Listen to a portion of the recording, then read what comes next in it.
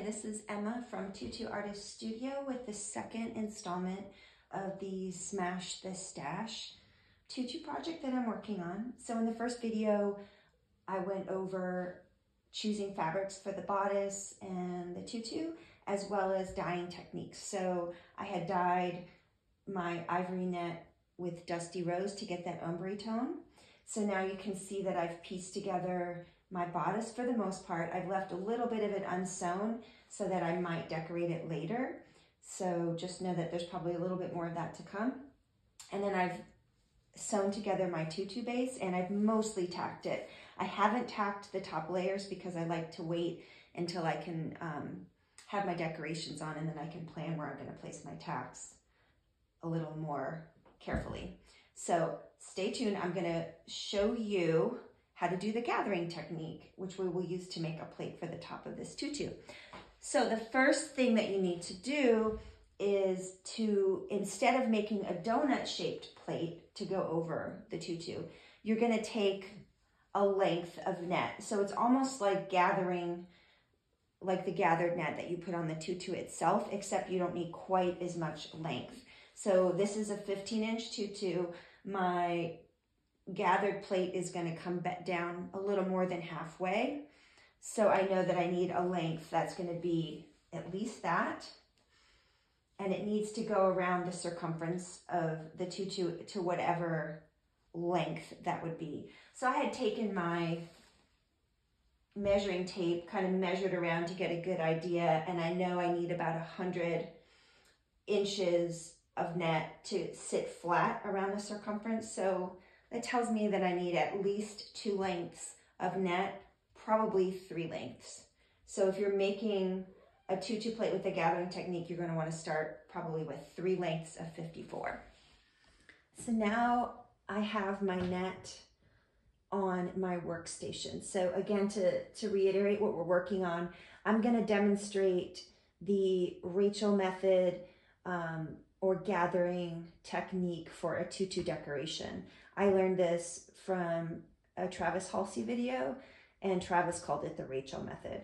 So what it basically comes down to is taking several lengths of net, placing different ribbons and trims on your net, then gathering the net together to create a kind of an interesting decorated plate.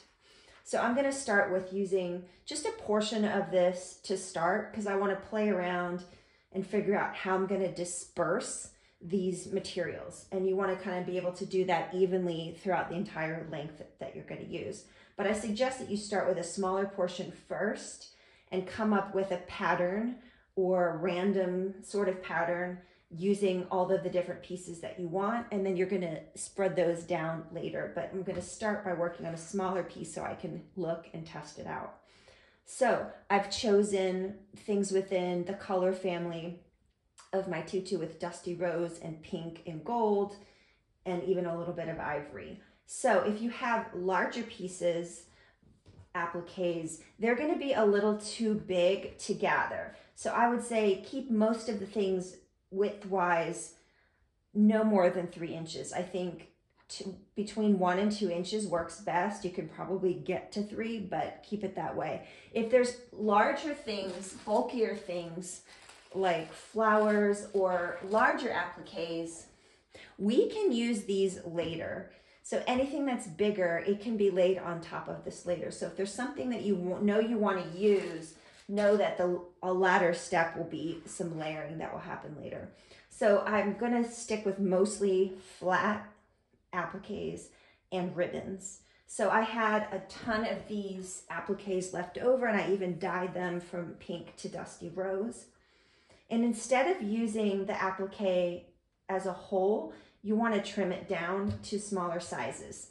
So this is a good example of it's down to about 2 inches wide, and I'm going to place it vertically as I'm working rather than widthwise.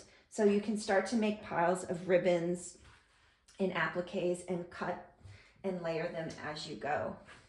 So you'll start just placing them loosely, have a little play around. So I'm going to stop here and have a little go at this, and then I'll kind of show you the progress from there.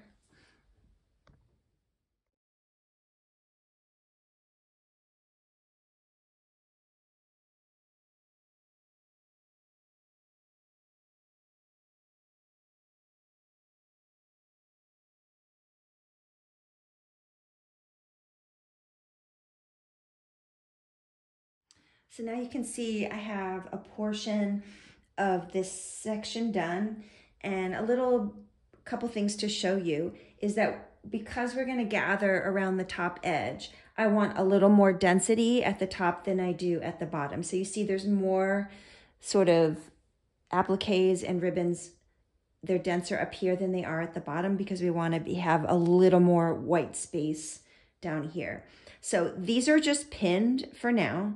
So then the next thing I can do is take my running stitch that I did here and then just look at it and gather it just enough that they start to overlap. And then you can start to see what kind of patterns you'll get from that. And you get more of like a denser collage kind of effect. So what I'm going to do next is kind of carry that along all the way down. And then I can gather this after I've sewn everything down. But this is a good way to kind of check if you like to see where it's going. And it's okay if there's stuff that's overlapping, because what will happen is once you get everything sewn down, you can start to flatten it out with a steamer and decide what sits on top, and stuff will start to overlap.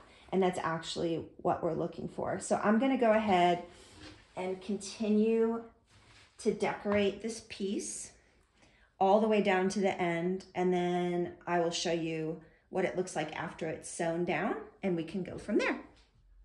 So I have gotten all my trims sewn down. I took this off and went to the sewing machine and made sure that these are all secured.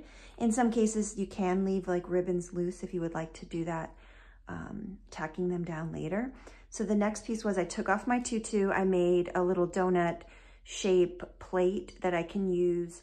So I've removed my gathered plate and my base donut shaped plate, and I've placed it on top of my workspace. And now I've got to make sure that this is gathered nicely and that sits on the right edge of that opening, because that's going to get tucked up under the bosque later.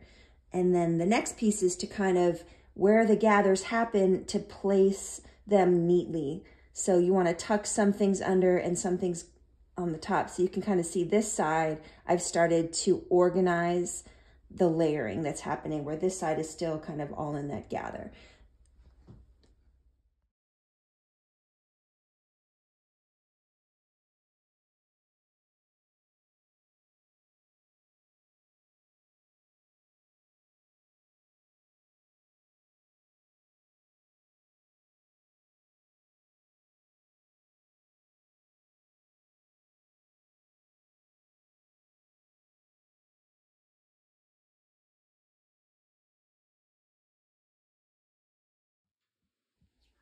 So I've gone through the entire plate and kind of finger pleated and figured out how I wanted all of these little pieces to lay down. So you can see I took some of the smaller appliques and made sure that they came to the top and kind of tucked some of the other ones under until I have a nice kind of collage look to everything. Everything is still pinned, but I went ahead and I steamed and flattened everything as best I could.